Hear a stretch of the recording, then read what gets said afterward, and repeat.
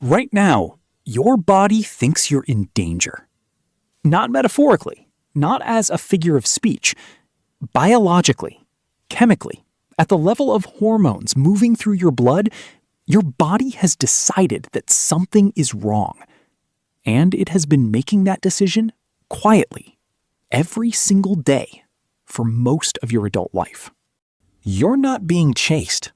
There's no predator. There's no famine coming. But your nervous system doesn't know that. It was never updated. It's still running the same threat detection software that kept your ancestors alive on the African savannah 300,000 years ago. And in the world that software was built for, the things that felt like this, the tight chest, the sleeplessness, the low hum of dread that follows you from room to room, those things meant one thing. You were about to die. The system worked perfectly for hundreds of thousands of years. Then the world changed in about 200, and nobody told your body. Let's go back to the beginning. Your ancestors, not the distant ones, not the ape-like ones, the ones who looked exactly like you. Same height, same brain, same nervous system. They lived in groups of 25 to 30 people on open grassland in East Africa. And their world had one primary rule: stay alive until tomorrow. That sounds simple. It wasn't. The savannah was a place where threats came without warning. A lion could be on you in 4 seconds from 30 meters away. A rival group could walk into your camp before dawn. A drought could kill every animal in your territory in a month and leave your children with nothing to eat. There was no safety net, no storage, no backup plan. If your threat detection system missed something, you didn't get a second chance. So your body built something extraordinary. It built a system that never fully turned off. The system is called the hypothalamic pituitary adrenal axis. You know it by a simpler name, the stress response. And the way it works is this. When your brain detects a threat, any threat, real or imagined, physical or social, it fires a signal down a chain of glands that ends with your adrenal glands dumping cortisol and adrenaline into your bloodstream. Within seconds, your heart rate climbs, blood moves away from your digestive system and toward your muscles, your pupils dilate, your pain sensitivity drops, your immune system gets suppressed. Because fighting an infection can wait, but running from a predator cannot. Your body becomes a weapon pointed at whatever is trying to kill you. In 1915, a physiologist named Walter Cannon called this fight or flight. But the full picture is more complicated than that phrase suggests. It's not just fight or flight, it's fight, flight, freeze, or fawn. 4 responses, all ancient, all automatic, all designed for a world where the threat in front of you had teeth. And here is the critical detail that almost nobody talks about. The system was never designed to turn off on its own. On the savannah, it didn't need to.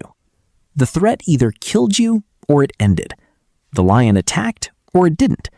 The rival group left or they didn't. Whatever happened, it happened fast. Your cortisol spiked, the event resolved, and your body spent the next hour returning to baseline.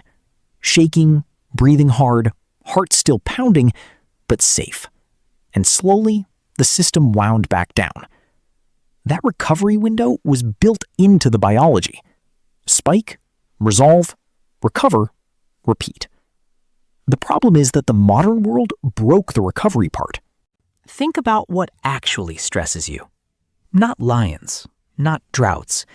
Your boss, your bank account, the argument you had 3 days ago that you keep replaying, the email you haven't answered, the things someone said about you that you can't stop thinking about, the low-grade background radiation of a life that has too many demands and not enough certainty. None of these things will kill you in the next 4 seconds. But your body cannot tell the difference. When you open your email and see a message that makes your stomach drop, your adrenal glands fire the same signal they would fire if a predator just stepped out of the grass. The hormones are identical, The cardiovascular response is identical. The immune suppression is identical. The only difference is that a predator ends. Your inbox does not.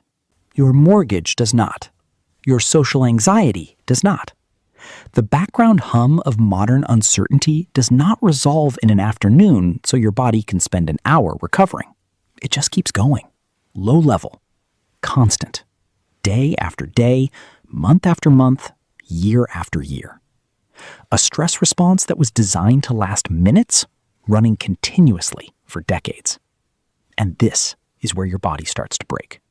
Cortisol, in short bursts, is one of the most useful chemicals your body makes. It sharpens focus. It kills pain. It floods your muscles with energy at exactly the moment you need it most. Cortisol, running at low levels continuously for years, does something completely different. It degrades the hippocampus, the part of your brain responsible for memory and learning. It disrupts your sleep architecture, reducing the deep sleep stages where your brain clears metabolic waste. It suppresses the immune system long enough that small threats become serious ones. It raises baseline inflammation throughout the body in ways that researchers now link to heart disease, type 2 diabetes, autoimmune conditions, and accelerated aging at the cellular level. Chronic stress doesn't feel like an emergency. That's the trap. It feels like Tuesday. It feels like being tired. It feels like losing your temper more easily than you used to, or not being able to remember where you put things, or getting sick 3 times in a winter when you used to get sick once. It feels like the normal texture of adult life.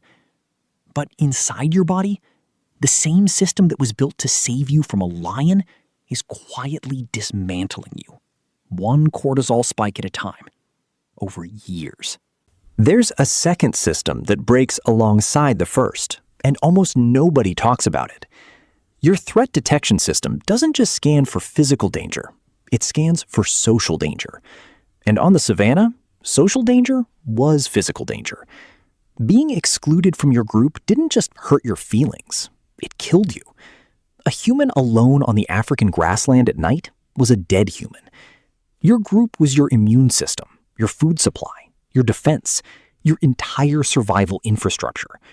Social rejection wasn't a bad day. It was a death sentence.